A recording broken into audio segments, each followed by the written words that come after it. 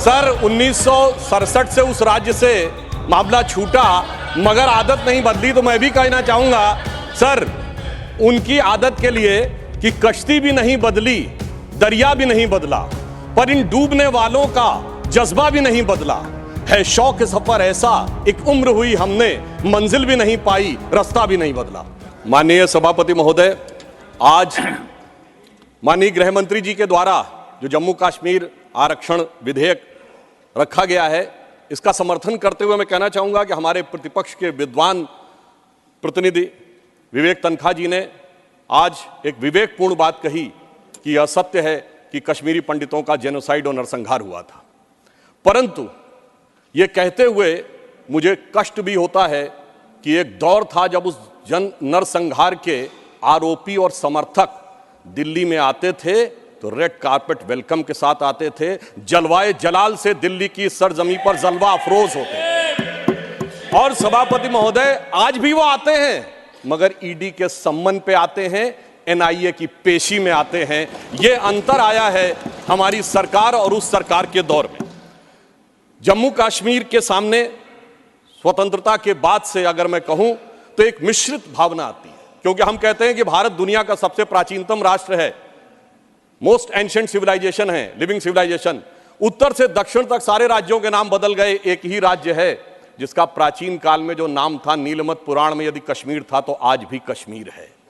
परंतु दुख की बात यह है कि स्वतंत्रता के 75 वर्ष बाद, मतलब 2019 से पहले तक वो समाधान ही नहीं हो पाया था। समाधान के लिए इतना लंबा समय लगाना पड़ा। वो ट्रांजिएंट एंड टेम्परेरी फेज के लिए आह को चाहिए, एक उम्र असर होने तक 3 पीढ़ियां गुजर गईं।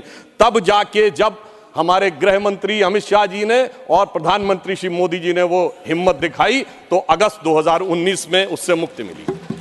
3 प्रकार की समस्याएं कश्मीर के पास रही थी, जिसे हम 3D कह सकते हैं। डिलिमिटेशन थी, डोमिसाइल थी एंड डेवलपमेंट थी। हमारी सरकार ने 2019 के बाद तीनों के बारे में समग्र रूप से विचार करना शुरू किया, और जैसा कि इस विधेयक में है कि आरक्षण से वंचित वर्गों को समुचित, न्यायपूर्ण, न्याय संगत आरक्षण की व्यवस्था सुनिश्चित कराई गई। पुनर्गठन को न्याय संगत बनाकर संतुलित विकास का मार्ग प्रशस्त किया जा रहा है। विस्थापितों के लिए बहाली और विकास के नए अवसर उपलब्ध कराए जा रहे हैं। 2019 के विधेयक के द्वारा जम्मू कश्मीर विधानसभा में 83 सीटें थी, उन्हें बढ़ाकर 90 किया गया, जिसमें 6 शेड्यूल कास्ट के लिए आरक्षित थी, परंतु शेड्यूल ट्राइब्स के लिए नहीं थी। इसमें पहली बार 9 सीटें अनुसूचित जनजाति के लिए आरक्षण की गई हैं। और अब जम्मू में पहले 37 सीटें होती थी, अब 43 होंगी, और कश्मीर में इससे पहले 46 और थी, अब 47 होंगी। पाकिस्तान ऑक्यूपाइड कश्मीर की यथावत रहेंगी। नामित सदस्य पहले 2 थे, अब 5 होंगे, जिनमें कि 1 महिला और 1 पाकिस्तान अधिकृत कश्मीर से भी होगा। अतः हम कह सकते हैं कि हम अब व्यवस्था को न्याय संगत और युक्तपूर्ण प्रतिनिधित्व की तरफ ले जा रहे हैं। परंतु सभापति महोदय, जो गृह मंत्री जी ने आरक्षण का विषय रखा है, जब ये बात हम करते हैं तो हमारे हृदय में एक अलग वेदना उत्पन्न होती है, क्योंकि पहली बार अब जाके 2019 के बाद वाल्मीकि समाज को अपना वह समुचित स्थान मिला है। दुख की बात है कि स्वतंत्रता के बाद इस देश में एक ऐसी व्यवस्था थी जहां जन्म से यह तय था कि जिस व्यक्ति ने जो व्यवसाय किया है, यदि वह सफाई कर्मचारी थे तो उनके बेटे बेटी सफाई कर्मचारी ही रहेंगे, चाहे वो पीएचडी क्यों ना कर लें। सोचिए, ऐसी अन्यायपूर्ण व्यवस्था स्वतंत्र भारत में चलती रही और उससे मुक्ति का मार्ग अब जाकर प्रशस्त हुआ है। एक वो थे जिन्होंने वाल्मीकि समाज के साथ यह किया। एक हमारी सरकार है कि जब भव्य श्री राम मंदिर बन रहा है तो उस परिसर में महर्षि वाल्मीकि का भी एक मंदिर बन रहा है। यह हमारी सोच और उनकी सोच में यह अंतर है। विकास की नई ऊंचाइयों की तरफ जम्मू कश्मीर आज बढ़ता हुआ नजर आ रहा है। आज 70% आतंकवाद की घटनाओं में कमी आई है। 9 साल पहले सिविलियन जो कैजुअलिटीज थी उनमें 72% की कमी आई है। सुरक्षा बलों में 60% की कमी आई है। 2010 में जो पत्थरबाजी की घटनाएं थी 2654 होती थी, अब 2023 में कोई नहीं होती। 2010 में 112 लोग पत्थरबाजी की घटनाओं में नागरिक मारे गए थे, 2023 में एक भी नहीं है। 2010 में 6235 सिक्योरिटी पर्सनल इंजर्ड हुए थे, 2023 में एक भी नहीं है। और 2010 में 132 ऑर्गेनाइज स्ट्राइक हुई थी, 2023 में कोई भी नहीं है। 2010 में 70 घटनाएं हुई थी सीज फायर वायलेशन की, 2023 में 2 हुई हैं। और इस प्रकार हम ये कह सकते हैं कि कश्मीर के अंदर एक भारी बदलाव और एक सकारात्मक दिशा में दिखाई पड़ रहा है। और इसके लिए विकास के नए मार्ग के ऊपर कश्मीर इस प्रकार से प्रशस्त होता हुआ जा रहा है कि धारा 370 के हटने के बाद जो कश्मीर का डोमेस्टिक प्रोडक्ट था, जीएसडीपी था, जो 1 लाख करोड़ रुपए था, वो 5 साल में बढ़कर 2,27,000 करोड़ रुपए से अधिक हो गया है। सरकार ने कई लार्ज रिक्रूटमेंट ड्राइव स्टार्ट किए हैं, जिसमें 29,813 लोग अब तक रिक्रूट किए जा चुके हैं और एडिशनल 5,523 वैकेंसीज क्रिएट की गई हैं। जम्मू कश्मीर ने इन्वेस्टमेंट के जो प्रपोजल आए हैं वो 66,000 करोड़ रुपए के हैं और जो डायरेक्ट एम्प्लॉयमेंट और उसके द्वारा जो इनडायरेक्ट एम्प्लॉयमेंट क्रिएट होगा वो 2.9 लाख तक के व्यवसाय के अवसर क्रिएट हो सकते हैं। 2 मेडी सिटीज जम्मू और कश्मीर में क्रिएट की जा रही हैं। इस ढंग से स्थानीय चीजों को बढ़ावा दिया जा रहा है कि ऊखू गांव अब पेंसिल वाले गांव के रूप में पूरे देश में विख्यात होता जा रहा है। और इसी के साथ साथ हिमायत स्कीम जैसी योजनाओं के द्वारा लोगों को रोजगार के नए अवसर प्रदान किए जा रहे हैं। यूनियन टेरिटरी गवर्नमेंट ने जीआई टैगिंग भी की है। सैफरन यानी केसर, जिसके लिए कश्मीर बहुत प्रसिद्ध है, उसमें और बासमती राइस की जीआई टैगिंग की व्यवस्था की, जिससे कि उसको एक अंतर्राष्ट्रीय स्तर तक एक मान्यता प्राप्त हो सकती है। जम्मू कश्मीर में इंफ्रास्ट्रक्चर डेवलपमेंट फाइनेंस कॉर्पोरेशन की भी स्थापना की गई है, जिसके द्वारा अनेक प्रोजेक्ट बहुत सफलतापूर्वक चल रहे हैं। कल्चरल एस्पेक्ट पे अगर हम देखें तो दिवाली शारदा देवी टेम्पल में 75 साल के बाद पहली बार मनाई गई है और कश्मीरी पंडितों का प्रसिद्ध त्यौहार नवरेह इस बार पूरे उत्साह के साथ मनाया गया है। और हमारी गवर्नमेंट आने से पहले कुल 14 लाख टूरिस्ट आते थे।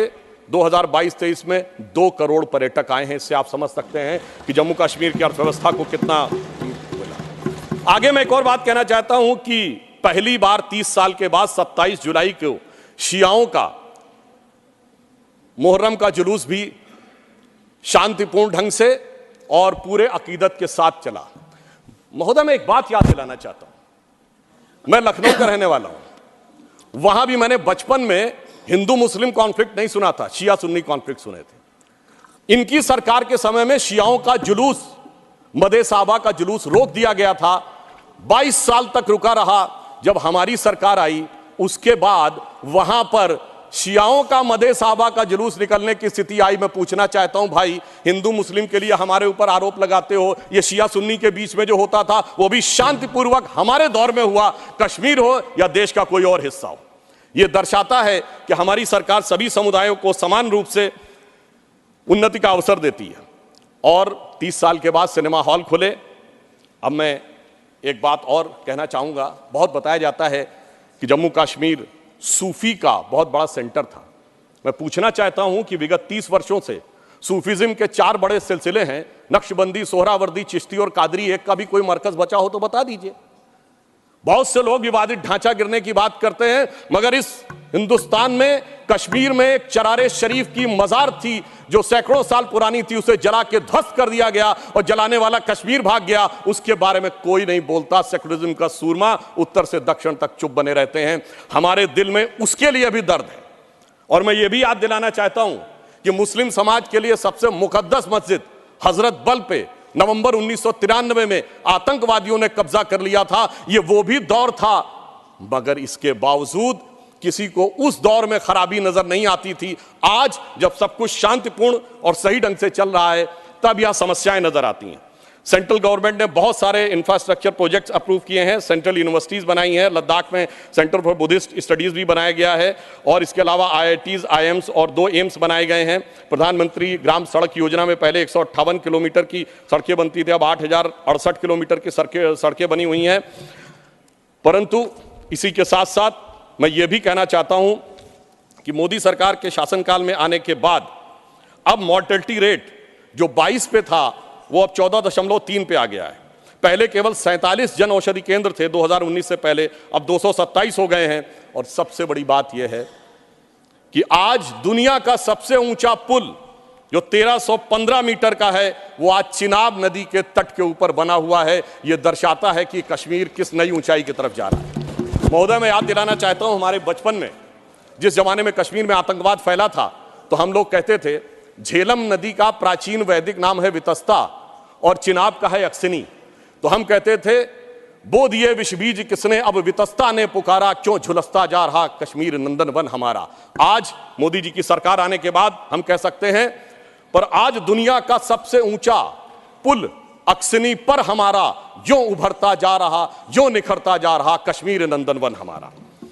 अब मैं एक और भी बात यह कहना चाहता हूं कि 21 हाइड्रो पावर प्रोजेक्ट्स भी चल रहे हैं। G20 जिस शानदार तरीके से हुआ वो हम सब ने देखा, परंतु यहां मैं एक बात कहना चाहूंगा कि यह विषय इतना आसान नहीं था जितना समझा जाता है। जिस समय आतंकवाद शुरू हुआ था, जस्टिस नीलकंठ गंजू की हत्या उस समय हुई जब श्री राजीव गांधी जी के नेतृत्व में भारत के इतिहास की सबसे मजबूत सरकार थी। वो तो लोगों को याद होगा, मुझे याद है मान्यवर, बचपन में बहुत से लोगों को नहीं याद होगा। वर्ल्ड कप 1983 का जीतने के बाद इंडिया का पहला वनडे इंटरनेशनल कहां हुआ था? 13 अक्टूबर 1983 को श्रीनगर में, भारत और वेस्ट इंडीज के बीच में। और वहां पर भारतीय टीम के खिलाफ नारे, चलिए वो तो अलग है, पाकिस्तान जिंदाबाद के नारे, भारतीय टीम के लोगों के ऊपर चीजें फेंकी गई, पिच खोद दी गई। उस समय तो सर्वकालीन शक्तिशाली प्रधानमंत्री जिन्हें विपक्ष मानता है, श्रीमती इंदिरा गांधी जी का शासन था। परंतु उसके बाद ऐसा दौर भी आया कि वो सब लोग आरोप से छूट गए। कल माननीय गृह मंत्री जी ने जब लोकसभा में कहा था, कुछ गलतियों के बारे में कहा था, तो वहां पर नेता प्रतिपक्ष ने कहा था कि साहब गलतियां अगर हैं तो इस बारे में चर्चा कर ली जाए। तो मैं सिर्फ ये बताना चाहता हूं कि अगर गलतियों की बात होगी तो बहुत सी ऐसी गलतियां हैं जिन्हें विशेष रूप से ध्यान रखने की आज आवश्यकता है। मैं सिर्फ एक दो तीन तथ्य लोगों के सामने रखना चाहता हूं। जब स्वतंत्रता के उपरांत रियासतों के विलय का महकमा सरदार पटेल के पास था, तो केवल कश्मीर नेहरू जी ने अपने पास क्यों रखा था? नंबर 2, 1946 में महाराजा हरि सिंह जी के विरुद्ध विद्रोह के आरोप में जब शेख अब्दुल्ला जेल में बंद थे, तो पंडित नेहरू स्वयं उनको छुड़ाने के लिए कश्मीर गए और वो भी गिरफ्तार हो गए। यह बात मौलाना आजाद ने अपनी किताब इंडिया विंस फ्रीडम में लिखी है कि इससे तत्कालीन कांग्रेस नेता बुरी तरीके से हतप्रभ हो गए। और इस परिस्थिति में जिस समय पाकिस्तान ने आक्रमण किया, उसे कबायली आक्रमण क्यों कहा गया, सेना का आक्रमण क्यों नहीं कहा गया? और इसके अतिरिक्त मैं यह भी कहना चाहूंगा कि जिस समय यह कश्मीर का संघर्ष हुआ, एक फैक्ट रखना चाहता हूं, उस समय तो माउंटबेटन 30 जून 1948 तक वाइसरॉय थे। भारत की सेना अध्यक्ष जनवरी 1949 तक जनरल रॉय बूचर था, और पाकिस्तान की सेना का अध्यक्ष जनवरी 1951 तक अंग्रेज था। तो भाई यूनाइटेड नेशंस में जाने की क्या आवश्यकता थी? गृह मंत्री जी ने बिल्कुल सही बात कही कि भाई उनको 1 साल तक माउंटबेटन को इसलिए रोका गया था कि बचे हुए कुछ मामले रिजॉल्व करने हैं। तो भाई मैं पूछना चाहता हूं कि उनको क्या मेहमान नवाजी के लिए रखा गया था? जब यहां थे, दोनों तरफ के सेना अध्यक्ष भी अंग्रेज थे, तो यूनाइटेड नेशंस क्यों गए? इसलिए मैं कह सकता हूं एक गलती नहीं, भयंकर गलती थी, जिसका खामियाजा आज तक सरकार को भुगतना पड़ रहा है। और फिर इतना ही नहीं, करेस्पॉन्डेंट ऑफ सरदार पटेल से बहुत स्पष्ट है कि वहां लिखा जा रहा था कि residual powers will be vested in the interim government of Jammu and Kashmir, जिसको सरदार पटेल के इंसिस्टेंस के ऊपर यूनियन गवर्नमेंट कर दिया गया। अगर रेजिडुअल पावर्स उनके पास वेस्टेड होती तो आप समझ सकते हैं कि आज कितनी बड़ी चुनौती का सामना करना पड़ता। और ये correspondence of Sardar Patel 1945 to 50 के खंड 1 में जो वी शंकर उनके सेक्रेटरी थे, उन्होंने इस बात को लिखा है। अब मैं एक बात और ध्यान देना चाहता हूं कि प्रथम लोकसभा में कश्मीरी पुनर्वास के कैबिनेट मंत्री अजीत प्रसाद जैन जी ने अपनी किताब कश्मीर व्हाट रियली हैपेंड में लिखा है कि the draft was approved by Sheikh and his colleagues and then passed by the Congress party. ये मैं नहीं कह रहा हूं, उनकी सरकार के कैबिनेट मिनिस्टर कह रहे थे। और इसमें अंत में एक और व्यक्ति का उद्धृत करना चाहता हूं जो भारत के मुख्य न्यायाधीश रहे, जस्टिस मेहरचंद महाजन, जो कि उस समय कश्मीर रियासत के प्रधानमंत्री थे।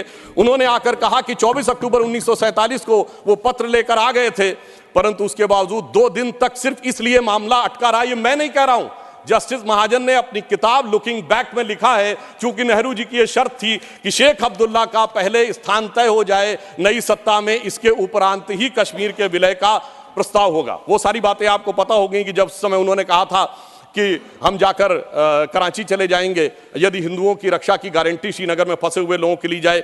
इसलिए मैं कहना चाहता हूं इसके लिए एक दिन नहीं, एक सत्र भी कमजोर पड़ जाएगा। और आज अगर आप देखें कि अंतर देखिए, एक उधर का कश्मीर और एक इधर का कश्मीर। एक इधर का कश्मीर है जहां पर टेक्नोलॉजी में, जहां पर की कल्चर में उन्नति हो रही है, जहां विकास हो रहा है। G20 किया जा रहा है। और एक उधर का कश्मीर है, यहाँ हमारा सबसे ऊंचा पुल है और वहाँ बड़े बड़े आतंकवादी संगठनों के साथ उधर के कश्मीर के लोग बैठे हुए हैं। इसलिए मैं ये भी कहना चाहता हूं कि इन 75 वर्षों के बाद जो कुछ भी बदलाव आया है वो इस सीमा तक आया है कि मैं सिर्फ ये कहना चाहूंगा कि जो मोदी जी ने हिम्मत दिखाई उसकी वजह से आज ये बदलाव आया। जिसे एक पंक्ति में कहना चाहूंगा कि दर्द की रात गई, गम के जमाने भी गए और मोदी जी की हिम्मत से कई दाग पुराने भी गए। और इसके लिए सर एक बस पंक्ति कह देता हूं, इसके लिए जिस दृढ़ इच्छा शक्ति की आवश्यकता थी वो हमारे गृह मंत्री जी ने और प्रधानमंत्री जी ने दिखाई। मैं कहना चाहूंगा कि आप सब लोग दलगत भावना से ऊपर उठकर उसका समर्थन करिए, क्योंकि सर्दी का मौसम आ गया है और इस समय बर्फीली हवाएं वहां चलती हैं। तो यह पंक्ति कहकर समाप्त करना चाहता हूं, न जो बर्फ की आंधियों से लड़े हैं, कभी पग न उनके शिखर पर पड़े हैं। जिन्हें लक्ष्य से कम अधिक प्यार खुद से, वही जी चुरा कर तरसते खड़े हैं। अगर बढ़ सको तो पखेरु बनो तुम, प्रवरता तुम्हारे चरण चूम लेगी। न हो साथ कोई, अकेले बढ़ो तुम, सफलता तुम्हारे चरण चूम लेगी।